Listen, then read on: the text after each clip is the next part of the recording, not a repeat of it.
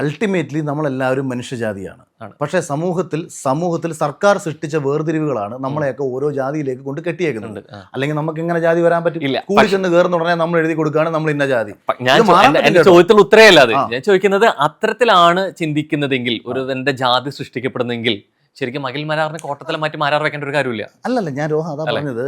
ഈ നിങ്ങൾ ഉദ്ദേശിക്കുന്ന കണക്ക് ഈ മാരാരെന്ന് പറഞ്ഞു കഴിഞ്ഞാൽ എന്തോ വലിയ പ്രൗഢിയുള്ള ജാതി അല്ല, ഇത് പറയാൻ മടിക്കുന്ന, അതായത് നിങ്ങളത് മനസ്സിലാക്കാത്തോണ്ട് പറയാണ്. പറയാൻ പ്രൗഢിയുള്ള ജാതി അല്ല എന്ന് പറയുമ്പോഴും വെച്ചത് എന്തുകൊണ്ടായിരുന്നു, എവിടെ കൊണ്ടായിരുന്നു മാറ്റം ഉണ്ടായിരുന്നു അല്ലെ? ഇപ്പം ഒരുവൻ SC വിഭാഗത്തിൽ ജനിക്കുകയാണെന്ന് വെച്ചോ, ST വിഭാഗത്തിൽ ജനിക്കുകയാണെന്ന് വെച്ചോ, അവൻ അഭിമാനത്തോടുകൂടി പറ, എന്താ പ്രശ്നം?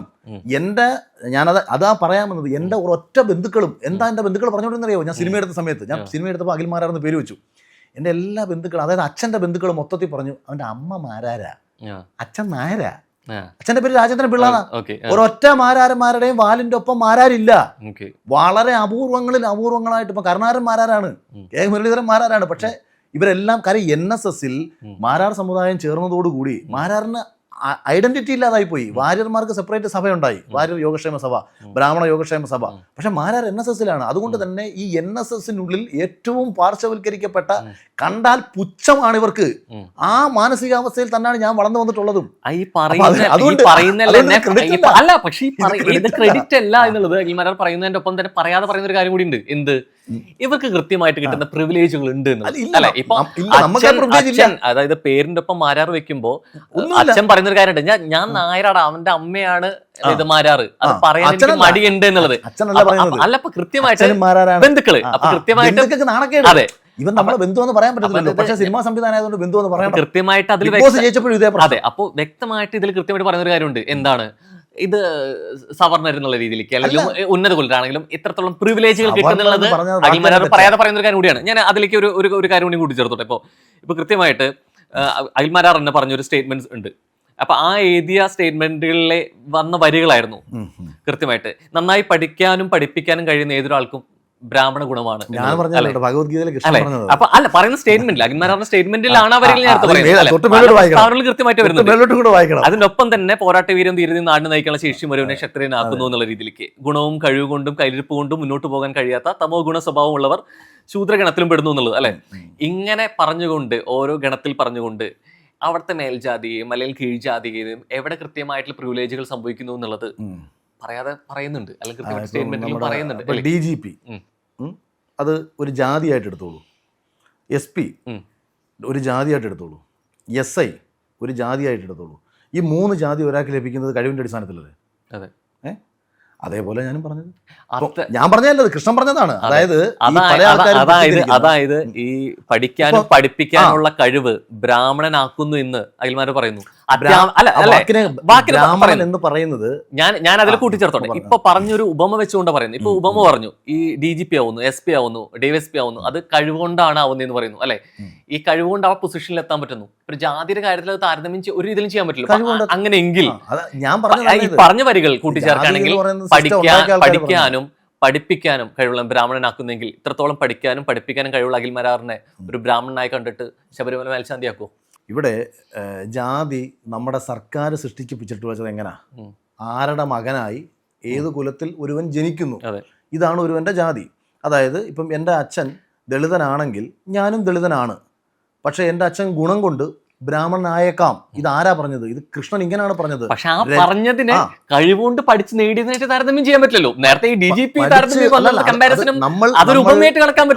സമൂഹത്തിൽ നമുക്ക് വേർതിരിവുകളില്ലേ? എല്ലാ മേഖലയിലും വേർതിരിവുകളില്ലേ? മുതലാളി തൊഴിലാളി തൊട്ട് ഈ വേർതിരിവുകളുണ്ട്. ഗുണത്തിന്റെ അടിസ്ഥാനത്തിലും ഈ വേർതിരിവുകളുണ്ട്. മൃഗങ്ങളുടെ കാര്യങ്ങൾ നിങ്ങൾ എടുത്തു നോക്കുക. ഈ നമ്മൾ എല്ലാത്തിലും കയറി അങ്ങ് തുല്യത പറഞ്ഞുകൊണ്ട് കിടക്കും. അതാണ് നമ്മുടെ ഏറ്റവും വലിയ വിഡ്ഢിത്തരം. ഇത് പറയാത്തതും ബോധമുള്ളതും ഇക്കാര്യത്തിലും മൃഗങ്ങൾക്കാണ്. മൃഗങ്ങൾ തുല്യത പറയാറില്ല. പോത്തു പോയി 4 കാലേ ഉള്ളെന്ന് പറഞ്ഞ് സിംഹത്തിനോട് പറയത്തില്ല നമ്മൾ 2 ഈക്വലോ എന്ന് പറയത്തില്ല. മനുഷ്യർക്കിടയിലും ഈ പ്രശ്നമുണ്ട്. നമ്മൾ 2 കാലും ഇരുകാലികളാണെന്ന് നമ്മൾ പറയുമ്പോഴും നമ്മൾ ആരും തുല്യരല്ല. ഇവിടെ ആണും പെണ്ണും തുല്യരാണെന്ന് പറഞ്ഞിട്ട് നടക്കും. നിയമത്തിന്റെ മുന്നിൽ പോലും ഇവരാരും തുല്യരല്ല. ഇപ്പൊ സർക്കാർ തന്നെയാണ് സൃഷ്ടിച്ചു വെച്ചേക്കുന്നത് മുന്നോക്ക ജാതി, പിന്നോക്ക ജാതി. അതിന് ഒരു മന്ത്രിയെ സൃഷ്ടിക്കുന്നു. സർക്കാർ പോലും ഈ മനുഷ്യരെ വേർതിരിച്ചാണ് കാണുന്നത്. ഇന്നത്തെ തലമുറയെ സംബന്ധിച്ച് അവർക്ക് ജാതിയും മതവും ഒന്നുമില്ല. ഇന്നത്തെ നല്ല കേട്ടോ, കുറെ കാലങ്ങൾക്ക് മുന്നേ തന്നെ എടുക്കാം. അതൊക്കെ പലർക്കിടയിലും പോയി. പിന്നെ ഇത് ഉണ്ട്, കുറച്ച് പഴയ തണ്ട് കൊണ്ട് നടക്കുന്ന, പ്രത്യേകിച്ച് ഒരു മെച്ചവും ഉണ്ടാക്കാൻ പറ്റാത്ത കുറെ ആൾക്കാർ ഇവിടെ ഉണ്ട്. ഇവർക്ക് ആകെയുള്ള മെച്ചം ഞങ്ങൾ എന്തോ കൊമ്പത്തെ ജാതി ജനിച്ചവരാണ്. കാരണം ഇവന്മാരെ കൈ പൈസയില്ല, സമൂഹത്തിൽ പ്രത്യേകിച്ച് ഒരു വിലയുമില്ല. ഈ വിലയില്ലാത്ത ഒരു വിഭാഗം സ്വയം സൃഷ്ടിച്ചെടുത്തു ഞങ്ങൾ ഇവിടുത്തെ എന്തോ വലിയ ജാതിക്കാരാണ്. ആ ജാതിയുടെ സ്വയം പ്രിവിലേജിൽ ഇവന്മാർ സ്വയം ആശ്വസിച്ച് കഴിയുന്നതല്ലാതെ ഇവർക്കൊന്നും ആരും ഒരു വിലയും കൊടുക്കാറില്ല. എൻ്റെ നാട്ടിൽ ദളിത് വിഭാഗത്തിലുള്ള ഒരു SI വന്നാൽ അവിടുത്തെ ബ്രാഹ്മണൻ അയാളുടെ മുന്നിൽ പോയിട്ട് എന്താ സാറേ എന്നെ ചോദിക്കൂ. അതിന് വേണ്ടിയിട്ട് വളരുക എന്നാണ് നമ്മൾ പറയുന്നത്.